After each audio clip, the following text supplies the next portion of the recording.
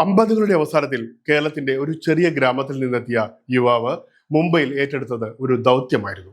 ഇന്ന് നഗരചരിത്രത്തോടൊപ്പം സ്വന്തം പേരും ചേർത്ത് വയ്ക്കാൻ കഴിഞ്ഞ മലയാളി ഉദ്യോഗസ്ഥൻ. മുംബൈ നഗരത്തിന്റെ വളർച്ചയ്ക്കൊപ്പം നടന്ന വെള്ളോടി ബാലചന്ദ്രന്റെ അസാധാരണ ജീവിതകഥ കാണാം.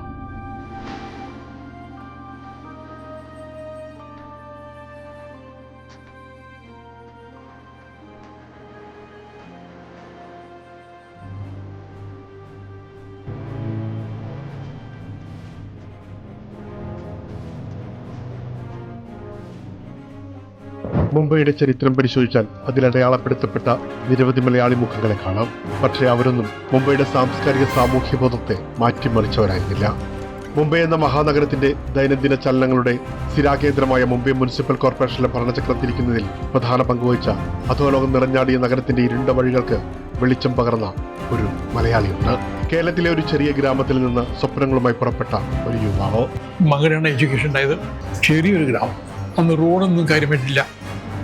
1936 അപ്പോൾ 1947 ഇൻഡിപെൻഡൻസ് ഡേ ദിവസം ഞാൻ 4ാം ക്ലാസ് പഠിക്കുന്നു. എനിക്കതിന് വിവരം അറിയുന്നില്ല.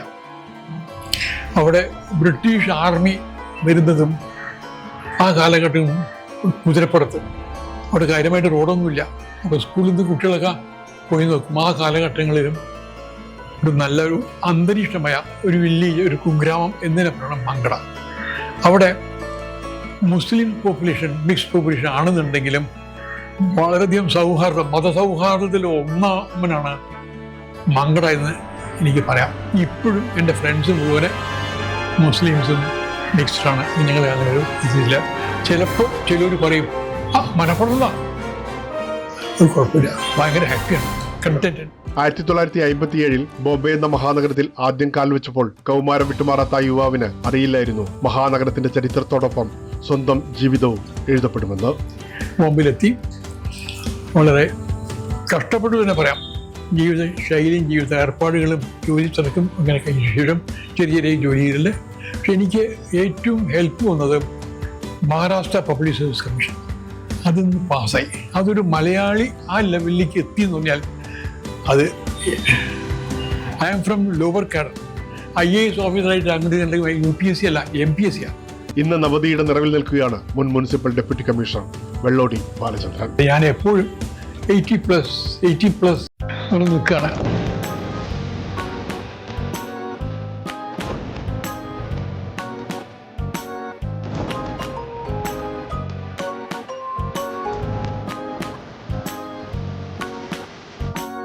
ഇത് ബാലചന്ദ്രൻ എന്ന ഒരു വ്യക്തിയുടെ ജീവിതകഥ മാത്രമല്ല, ഒരു നഗരത്തിന്റെ വളർച്ചയുടെയും സേവനത്തിന്റെയും നഗരത്തിന്റെ ജാതകം മാറ്റി എഴുതിയ ധീരതയുടെയും കഥയാണ്. ചില കാലങ്ങളിൽ വളരെ വിഷമം തരും. അതെൻ്റെ ഡ്യൂട്ടി കർമ്മം ചെയ്യാന്നുള്ള ഒരു ചിന്താഗതി എനിക്ക് വന്നു. വിഷമ സമയങ്ങളിൽ എനിക്കൊരു സ്വാമിജി എനിക്ക് അഡ്വൈസ് ചെയ്തിരുന്നു, you have to do your duty whatever be circumstances, then only you can lead to success. അത് കുഴപ്പങ്ങളുണ്ടാവും, പക്ഷെ അതെല്ലാം ഫേസ് ചെയ്ത് നിൽക്കണം. അങ്ങനെ എനിക്ക് ഒരു ധൈര്യം തന്നു. ചിലപ്പോൾ എൻ്റെ മാതാപിതാക്കന്മാരിൽ നിന്ന് കിട്ടിയുള്ള ഇൻഹെറിറ്റൻസ് ആയിരിക്കാം. 1957 വികസനത്തിന്റെ പുതിയ പാതയിലേക്ക് ആദ്യ ചുവടുകൾ വയ്ക്കുന്ന ബോംബെ ഒരു തൊഴിൽ നേടുക മാത്രമല്ലായിരുന്നു ലക്ഷ്യം. നിസ്വാർത്ഥ സേവനത്തിലൂടെ വിട്ടുവീഴ്ചയില്ലാത്ത ആർജവത്താൽ ഒരു നഗരത്തിന്റെ ആയുർരേഖയിൽ തന്റെ കയ്യൊപ്പ് പതിക്കണമെന്നായിരുന്നു ബാലചന്ദ്രന്റെ സ്വപ്നം. മുനിസിപ്പൽ കോർപ്പറേഷന്റെ സേവനത്തിലൂടെ നഗരത്തിന്റെ വളർച്ചയെ അടുത്തറിഞ്ഞു ഈ മുംബൈ മലയാളി. PK രവീന്ദ്രനാഥ് അദ്ദേഹം എനിക്ക്, ഞാൻ ശിവസേന പിടിച്ചിട്ട് വാർഡ് ഓഫീസറുടെ ജോലിക്ക് പോവാതെ കണ്ട് വീട്ടിലിരുന്നിട്ടുണ്ട്. ആ സമയത്ത് PK രവീന്ദ്രനാഥ് പ്രമോദ് നവൽക്കർ അദ്ദേഹത്തെ കോൺടാക്ട് ചെയ്തും അദ്ദേഹം ശിവസേന നേതാവിനെ അറിയിപ്പിക്കലും പിന്നീട് ഞാൻ ഏറ്റവും നല്ല ഓഫീസർ എന്നുള്ള ഒരു പേര് കിട്ടി എനിക്ക്. അതോടുകൂടി ശിവസേനയുടെ കണ്ണിലുണ്ണി ഓഫീസറായി മാറി എന്നുള്ളതാണ് എൻ്റെ വിജയം. അതല്ലായിരുന്നെങ്കിൽ ഞാൻ ജോലി ആലോചിച്ച് നാട്ടു പോകേണ്ട അവസ്ഥയായിരുന്നു. സത്യമാണ്. വീഥികളും പാലങ്ങളും ജലവിതരണവും ശുചിത്വവും ഒരു നഗരത്തിന്റെ ദൈനംദിന ജീവിതത്തെ മുന്നോട്ട് നയിക്കുന്ന നിരവധി പദ്ധതികളിൽ പങ്കാളിയായി. ബോംബെ മുംബൈയായി മാറിയ ആ നീണ്ട നഗരയാത്രയുടെ സാക്ഷിയായിരുന്നു വെള്ളോടി ബാലചന്ദ്രൻ. ആദ്യത്തെ വർക്ക് ജനതാ കോളനി ഷിഫ്റ്റിംഗ് ആണ്. അത് 1976 ജൂലൈ. അപ്പോൾ അവിടെ 5000 ഭയങ്കര തടിപ്പാറ ആൾക്കാരുണ്ടായിരുന്നു. ജനതാ കോളനി ഭയങ്കര ഫേമസ് ആണ്. അവിടെ ഇല്ലാത്ത പരിപാടിയില്ല. ഗവൺമെന്റ് ഓഫ് ഇന്ത്യ ഇന്ദിരാഗാന്ധി ടൈമിലും BRCക്ക് ഒരു ഭീഷണിയാണ് ഈ കോളനി എന്നുള്ളതിന് ശേഷം അവരെ 4 കിലോമീറ്റർ അടുത്തുള്ള ഒരു ചിത്ത ക്യാമ്പ് എന്ന് ഉള്ള സ്ഥലത്തേക്ക് മാറ്റാനുള്ള ഒരു തീരുമാനം എടുത്തതും. സേവനം ഒരു ജോലി മാത്രമല്ലായിരുന്നു, സമൂഹത്തോടുള്ള ഒരു ഉത്തരവാദിത്തം. പറഞ്ഞ ജോലി ചെയ്യുക, കൃത്യസന്ധത ജോലി ചെയ്യുക, ഹോണസ്റ്റി, നോൺ കറപ്ഷൻ വളരെ പ്രത്യേക ഒരു ഓഫീസർക്ക് വേണ്ടത് നോൺ കറപ്ഷൻ. മുനിസിപ്പൽ കോർപ്പറേഷനിലെ ഔദ്യോഗിക ജീവിതം വെല്ലുവിളികളും സംഘർഷങ്ങളും നിറഞ്ഞതായിരുന്നു. നഗരവികസന പദ്ധതികൾ, നിയമലംഘനത്തിനെതിരായ നടപടികൾ, അനധികൃത നിർമ്മാണങ്ങൾക്കെതിരായ പോരാട്ടങ്ങൾ ഇവയെല്ലാം പലപ്പോഴും സാമൂഹ്യവും രാഷ്ട്രീയവുമായ സമ്മർദ്ദങ്ങളിലേക്ക് നയിച്ചു. എന്നാൽ നിയമം നടപ്പാക്കാനുള്ള നിലപാട് ഒരിക്കലും തളർന്നില്ല. ആ കാലത്ത് ബോംബെയിലെ അധോലോക ശക്തികൾ നഗരത്തിന്റെ പല മേഖലകളിലും പ്രഭാവം ചെലുത്തിയിരുന്നു. നിയമവും നീതിയും അടിച്ചമർത്താൻ ശ്രമിച്ച അത്തരം ശക്തികൾക്ക് മുന്നിൽ പല ഉദ്യോഗസ്ഥരും കീഴടങ്ങുന്ന ഒരു കാലഘട്ടമായിരുന്നു കടന്നുപോയത്. രാജൻ നായർ അദ്ദേഹത്തിന്റെ സണ്ണിലൂടെ തിലക് നഗർ ഗ്രൗണ്ട് കല്യാണത്തിന് റിസപ്ഷന് വേണ്ടി, അപ്പോൾ പോലീസ് ആണ് ഞങ്ങൾക്ക് പറഞ്ഞയച്ചത്. പെർമിഷൻ തരുകയും നമുക്ക് തരാൻ പറ്റില്ല.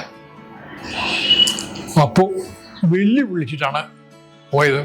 ദേക്കി ജായക ക്യാ കരക തുമ്ലോക്ക് എന്തോ പറഞ്ഞിട്ടാണ് പോയത്. പക്ഷേ അത്ഭുതം എന്ന് തന്നെ പറയട്ടെ, ആ കല്യാണം അതിഗംഭീരം നടന്നു. ആനപ്പുറത്ത് പ്രതിനിധികളെ കൊണ്ടുവന്ന് തിലകനെ കൊണ്ടുവന്നു പോലീസിന്റെ മുമ്പിൽ വെച്ചിട്ട്. അത്രയധികം വെല്ലുവിളിച്ചിരുന്ന അദ്ദേഹം കണ്ടു കഴിഞ്ഞാൽ മലയാളി അത്രയും ഒരു ഇതെങ്ങനെയൊക്കെ ധൈര്യം ഉണ്ടായിരുന്നു അറിയില്ല. എന്നാൽ ബാലചന്ദ്രൻ വെള്ളോടി പിന്നോട്ട് പോയില്ല. അധോലോകങ്ങളിൽ നിന്നുള്ള ഭീഷണികൾക്കും പ്രലോഭനങ്ങൾക്കും ബാലചന്ദ്രന്റെ നേർവഴിയെ വ്യതിചലിക്കാനായില്ല.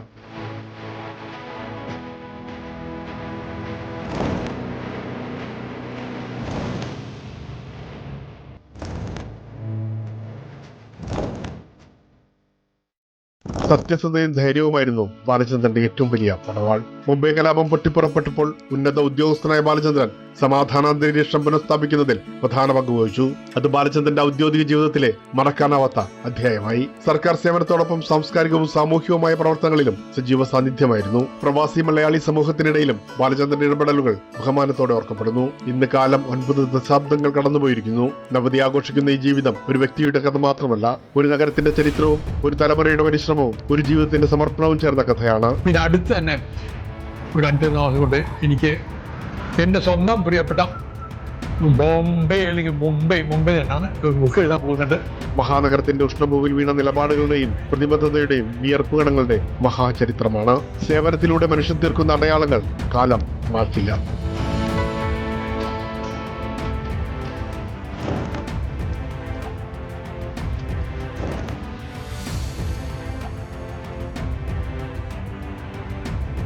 അംശുമ്പടി എപ്പിസോഡ് ഇവിടെ പൂർണ്ണമാണ്. കൂടുതൽ വാർത്തകളും വിശേഷങ്ങളുമായി എല്ലാ ശനിയാഴ്ച വൈകിട്ട് 4:30 കൈലി ന്യൂസിൽ കാണാം. ഈ പരിപാടി നിങ്ങൾക്കായി സമർപ്പിച്ചത് Amritveni Hair Elixir for Women. Azure Builders, building beyond blue.